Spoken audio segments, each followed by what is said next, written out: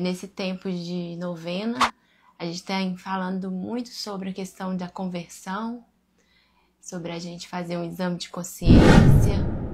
E é muito importante que a gente faça isso, porque toda oração que a gente faz, toda novena, o mais importante do que receber a graça é que a gente possa converter um pouco, né?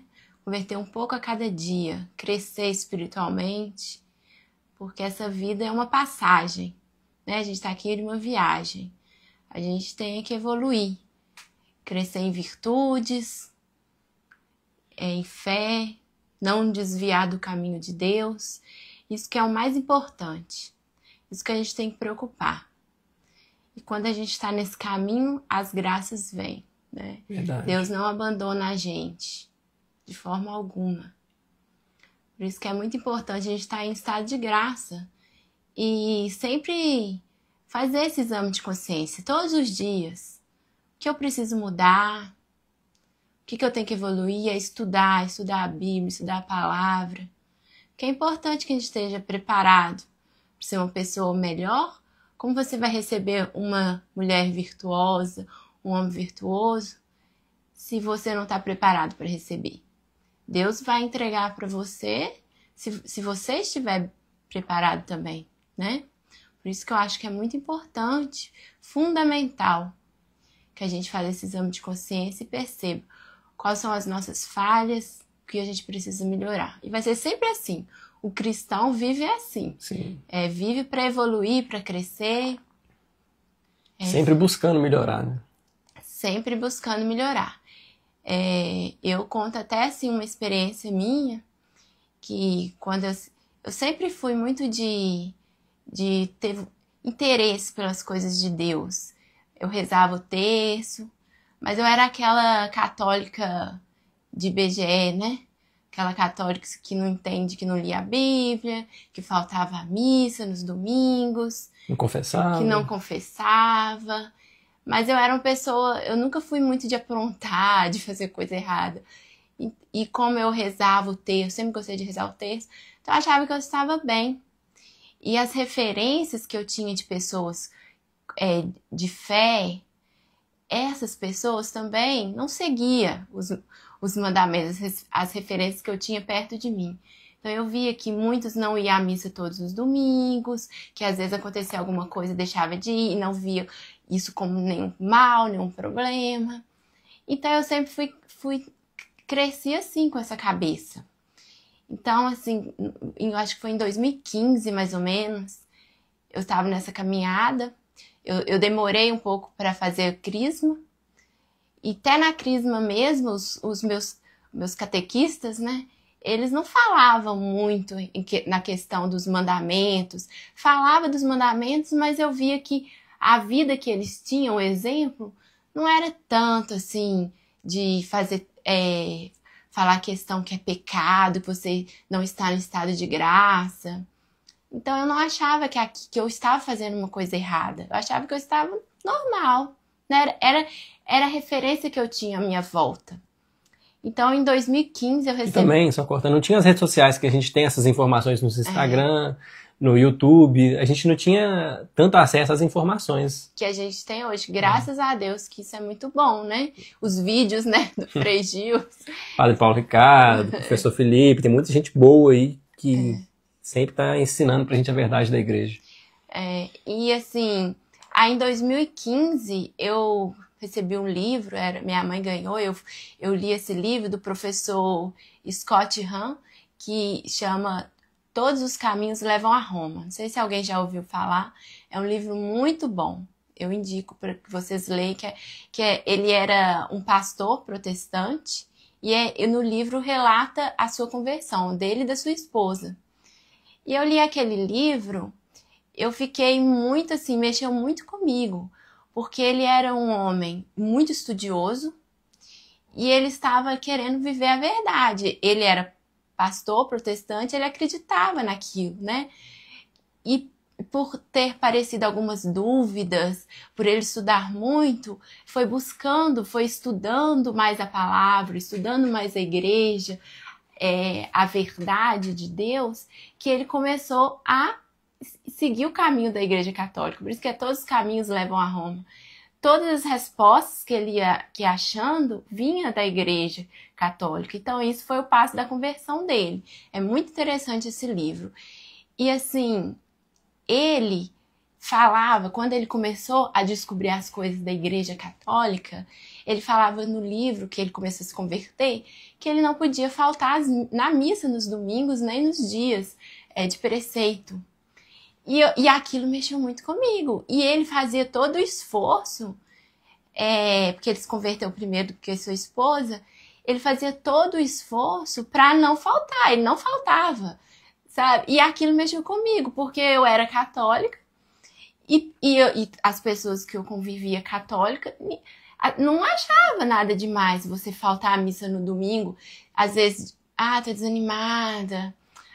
Chega visita. Tem visita. É jogo do time de futebol. Tem uma festa. Tô cansado. É almoço na família, alguma coisa. As pessoas não se importavam tanto em faltar. Fala, não, missa é bom, a gente tem que ir à missa mesmo. Mas se acontecer alguma coisa, Deus é misericordioso, que não tem isso. E eu tinha isso na minha cabeça. Quando eu li esse livro, eu vi como que era a vida daquele homem, que ele tinha acabado de se converter, e ele conheceu a igreja. Eu falei, meu Deus, eu tô minha vida toda nessa igreja e eu não conheço, né? E aquilo mexeu muito comigo. Foi a partir desse momento que eu comecei a estudar mais e buscar mais. E eu vi que, assim, a maioria das pessoas que eu convivi ali também pensava dessa forma. Não conhecia a igreja, não conhece a igreja. Não sabe como é importante, como é fundamental que a gente viva em estado de graça.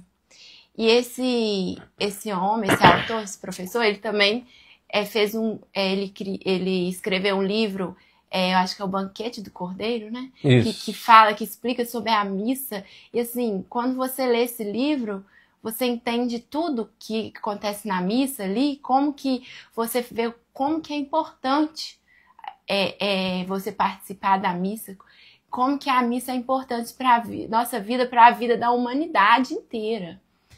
Então, assim, foi dessa forma que eu fui percebendo que muitas vezes a gente está na igreja, a gente acha que a gente está bem, que a gente está legal, porque a gente faz o mínimo, mas a gente tem ali um pecado, a gente tem alguma coisa ali que está nos afastando de Deus, afastando de viver no estado de graça e de receber as graças que Deus deseja que a gente viva, que a gente receba.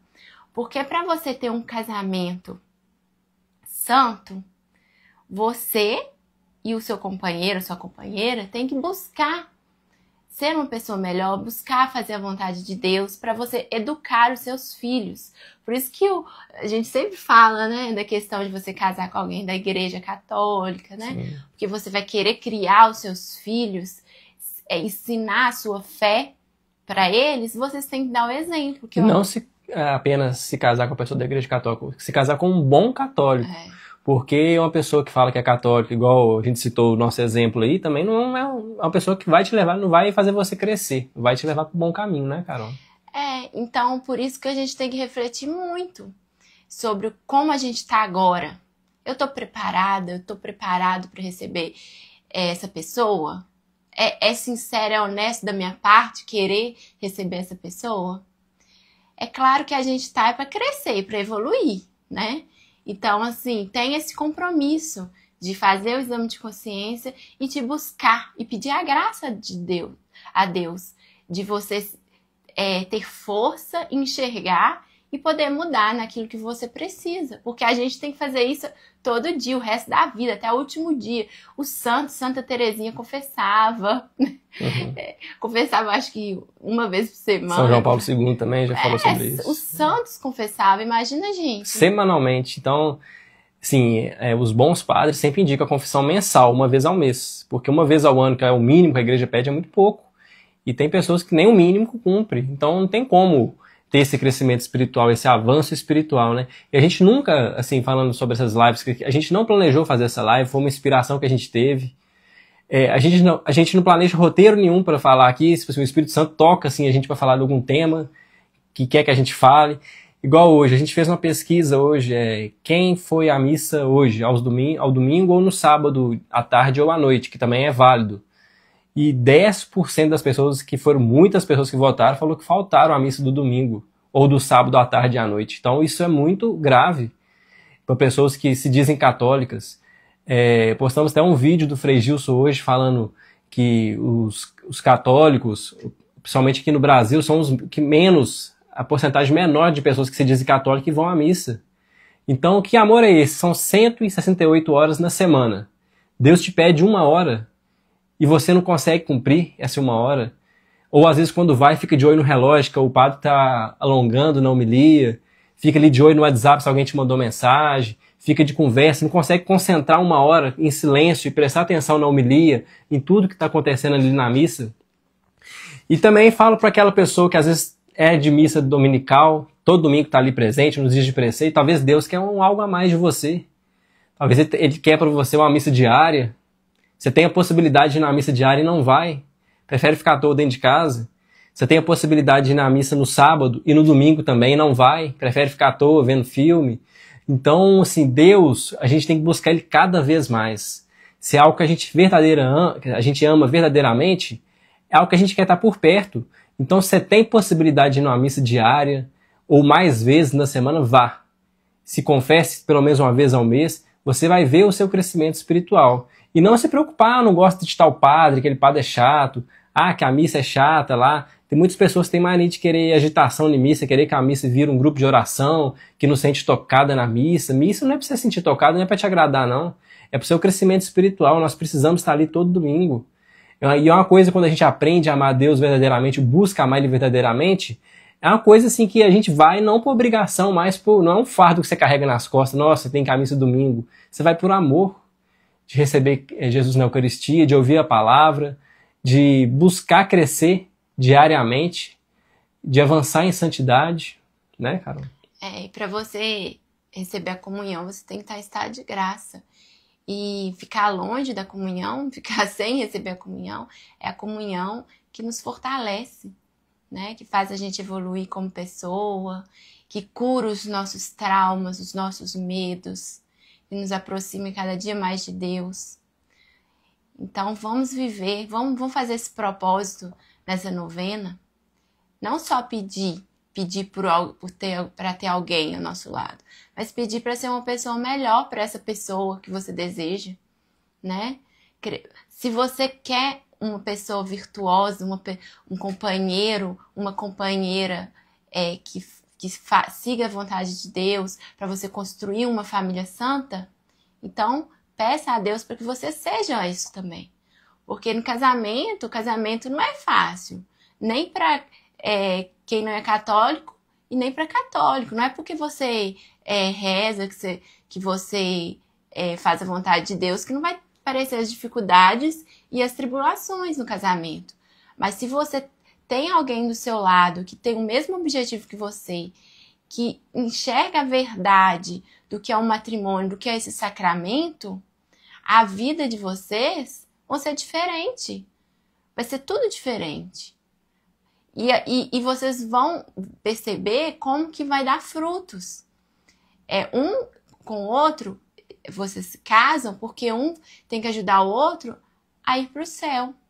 Então é no casamento, nas dificuldades, que vocês vão se santificando e vão criando, dando frutos, né, da união, que são os filhos, para Deus. Ensinando, principalmente com os exemplos, que é com os exemplos que a gente ensina, que não adianta você falar e não fazer, que você vai educar, criar um ser humano digno do céu, né? Que é isso que a gente precisa. E nós que estamos aqui hoje temos que fazer diferença. Assim, talvez se seu pai, sua mãe não te ensinou o ideal de ser católico, se sua catequese não foi boa, então como você quer constituir família, você tem que ter uma pessoa ao seu lado que também busca a santidade, que busca ser um católico, assim, de fato. Então, quando você tiver seus filhos, ele não vai precisar passar por isso, por esse processo de de ter que faltando à missa, de ter que conhecer as coisas depois de mais velho. A vida não é isso, não. Ninguém precisa de ter um testemunho de que entrou nas drogas, de que se prostituiu, de que bebia muito, que estava mergulhado na pornografia. Ninguém precisa seguir esse roteiro, não. O ideal é a gente sempre ali, desde nasceu, batizou ali o mais rápido possível e já você levar seu filho ali à missa desde sempre, ensinar para ele a verdade da igreja. Então nós devemos seguir esse caminho. E infelizmente a maioria dos católicos vem de uma catequese muito fraca. As coisas vêm melhorando um pouco assim por causa da internet, mas é uma catequese fraca. Porque igual meu pai me chamava na rua quando era criança para ir à missa, mas eu não gostava. Eu estava jogando bola com os meus amigos ali. Então criei aquela raiz de querer ser católico, de ir por amor. Ir por obrigação, sem entender nada. Às vezes meus pais também não explicavam. Não sabia explicar também. A gente tem que ler, entender, né, o que a igreja pede. Que nada é por acaso, nada é pra ficar exigindo coisa à toa. Não é. Tudo a gente tem que entender pra gente poder saber explicar pros nossos filhos também. E no início, assim, a conversão é diária, né? Mas da minha virada de chave, assim, eu fui orientado a ir à missa diária. Aí comecei a missa no Santuário da Mãe Rainha em Confins. A missa era às 3h da tarde. Era na capelinha. Provavelmente alguém deve conhecer lá. Aí a missa, sem música nem nada, a missa silenciosa, assim, missa de 30 minutos, com missa com 7, 8, 9 pessoas presentes. Todo dia eu estava lá. E aquilo foi dando um crescimento espiritual. É igual um carro que você coloca um combustível muito bom nele e dá aquela potência. E aí juntou com a confissão, juntou com a missa diária, com o texto diário, e aquilo você vai crescendo. Você vai buscando mais as coisas de Deus. Então nós temos que ter esse anseio de buscar pelas coisas de Deus e ter ao nosso lado alguém assim. Porque se você tiver uma pessoa do seu lado que não quer, que tem preguiça de ir à missa, que só vai empurrado, que na castidade que você tem que ficar controlando ele, então isso não serve para um namoro. Você tem que ter ao seu lado alguém alinhado com você. Por mais que seja difícil de achar, é possível. Existem bons rapazes, existem boas moças à procura de um namoro santo. Então vocês têm que ter paciência e viver um dia de cada vez. Então vamos pedir, né, São Rafael, que nos acompanhe nessa viagem, né, nesse nosso itinerário, que possamos ser cada dia melhores, mais fortes, mais cheios da graça de Deus, e que o nosso propósito, né, nossa vocação possa ser cumprida aqui com todo o amor do nosso coração e com toda a nossa fé e com muita, muita graça de Deus, né? Que eu acho que é o mais importante. Isso. Então nós vamos chamar nosso convidado de hoje para rezar com a gente.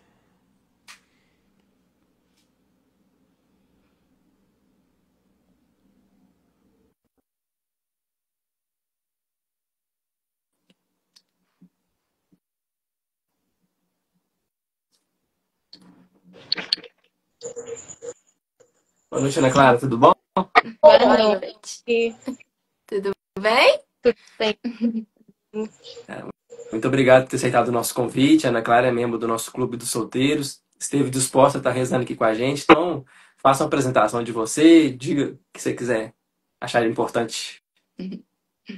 Então, meu nome é Ana Clara, geralmente me chamam de Clara ou de Clarinha, né? Sim. Eu sou engenheira, tenho 26 anos e é isso, eu vim aqui rezar com vocês essa noite. Obrigado. Que bom. Então, pode começar a oração, por gentileza. Em nome do Pai, do Filho e do Espírito Santo. Amém. São Rafael, padroeiro amoroso dos que procuram um cônjuge, ajudai-me nesta decisão importante da minha vida. Encontrai para mim, como companheira na vida, a pessoa cujo caráter possa refletir alguns dos traços de Jesus e Maria. Que ele seja íntegro, leal, puro, sincero e nobre, para que com esforços unidos e com amor casto e altruísta, ambos possamos nos esforçar para nos aperfeiçoarmos em corpo e alma, assim como os filhos que agrade a Deus confiar aos nossos cuidados. São Rafael, anjo do namoro casto, abençoai nossa amizade e nosso amor, para que o pecado não tenha parte nisso. Que nosso amor mútuo nos una tão intimamente que nosso futuro lar seja sempre o mais parecido com o lar da Sagrada Família de Nazaré. Oferecei vossas orações a Deus por nós dois, e obtende a bênção de Deus sobre o nosso casamento, pois tu fostes o arauto da bênção para o casamento de Tobias e Sara. São Rafael, amigo dos jovens, sede meu amigo, pois sempre serei vosso. Desejo sempre invocá-lo em minhas necessidades. Ao vosso cuidado especial, confio a decisão que devo tomar quanto ao meu futuro marido. Dirigi-me à pessoa com quem posso cooperar melhor para fazer a santa vontade de Deus, com quem posso viver em paz, amor e harmonia nesta vida e alcançar a alegria eterna na próxima. Amém. Pai nosso que estás nos céus, santificado seja o vosso nome. Venha a nós o vosso reino, seja feita a vossa vontade, assim na terra como no céu. O pão nosso de cada dia nos dai hoje, perdoai-nos as nossas ofensas, assim como nós perdoamos a quem nos tem ofendido. E não nos deixeis cair em tentação, mas livrai-nos do mal. Amém. Ave Maria, cheia de graça, o Senhor é convosco. Bendita sois vós entre as mulheres, e bendito é o fruto do vosso ventre, Jesus. Santa Maria, Mãe de Deus, rogai por nós, pecadores, agora e na hora de nossa morte. Amém. Glória ao Pai, ao Filho e ao Espírito Santo, como era no princípio, agora e sempre. Amém.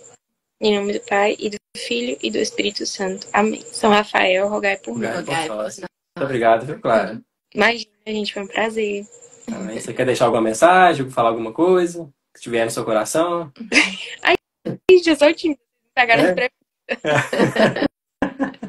Muito obrigada, viu, por você ter participado com a gente. A gente agradece, tá vendo? A gente tímido, igual eu e o Carol também, nós somos também. Então, Assim, é um sim que a gente dá pra Deus, né? Assim, Deus se alegra com essas atitudes, por mais na vergonha, a gente tá com vergonha e tudo, e a gente tá ali rezando, aqui com mais de 1000 pessoas ali. É importante.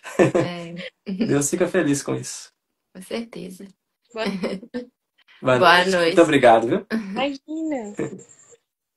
Então é isso, pessoal. Nós agradecemos cada um de vocês que estiver aqui. Muitas pessoas estão perguntando aí dos livros que a gente está citando. Quando finalizar a novena, nós vamos fazer um roteiro de todos os livros que nós citamos e tudo para ficar melhor. Colocar tudo num conteúdo só.